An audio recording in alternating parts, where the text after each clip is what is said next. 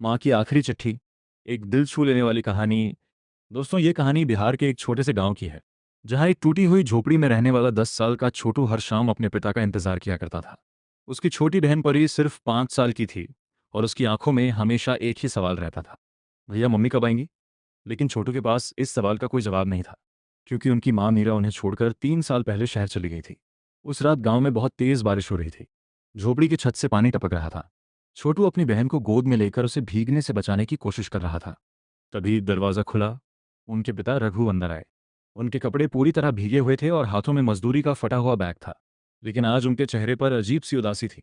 परी दौड़कर बोली, पापा आज दवाई लाए ना।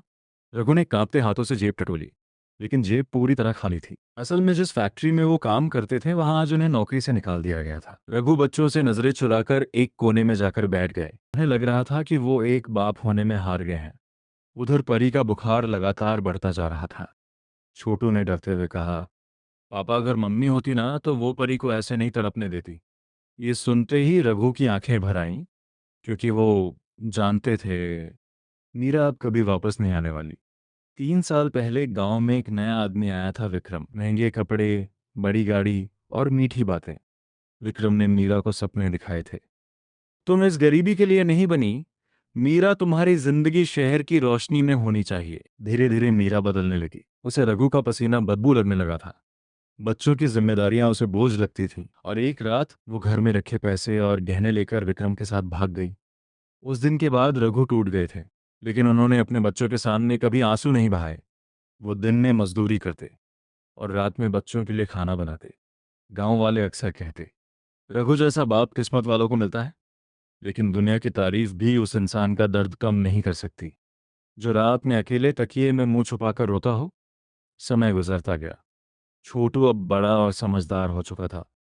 वो स्कूल के बाद चाय की दुकान पर काम भी करने लगा था, ताकि घर में थोड़ा सहारा मिल सके। एक दिन तभी उसे सड़क किनारे एक औरत दिखाई दी।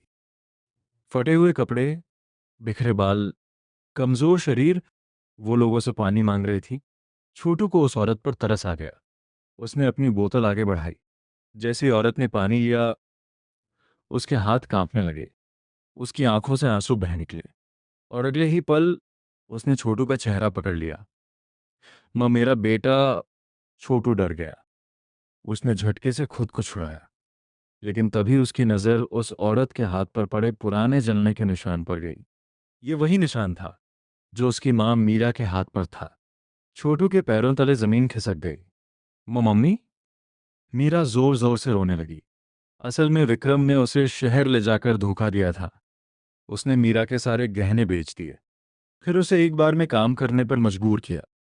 जब मीरा ने विरोध किया तो उसे बुरी तरह पीटा गया। कई सालों तक वो नरक जैसी जिंदगी जीती रही। किसी तरह वहां से भागकर वो अपने गांव वापस आई थी। मीरा रोते हुए बोली, बेटा एक बार अपने पापा से मिलवा दे, मैं उनके पैरों में गिरकर माफी मांगना चाहती हूँ। छोटू चुप था। उसके दिल में माँ के लिए प्यार भी था, और नफरत भी। वो मीरा को लेकर घर पहुंचा।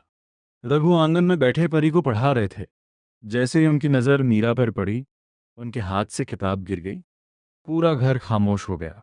मीरा रोते हुए रघु के पैरों में गिर गई। मुझे माफ कर दो, मैंने तुम्हारा घर बर्बाद कर दिया। रघु की आंखों में आंसू थे, लेकिन आवाज बिल्कुल शांत थी। उन्होंने कहा, मीरा जिस दिन तुम गई थी उसी दिन मर गई थी।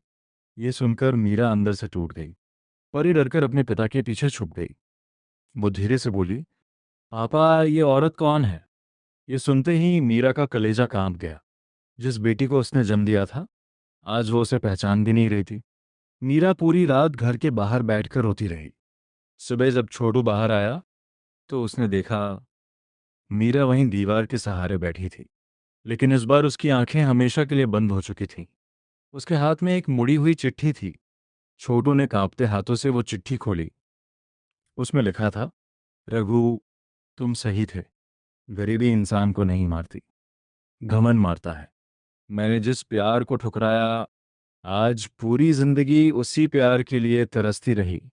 अगर हो सके तो बच्चों से कहना उनकी माँ बुरी थी, लेकिन उनसे बहुत प्यार करती थी।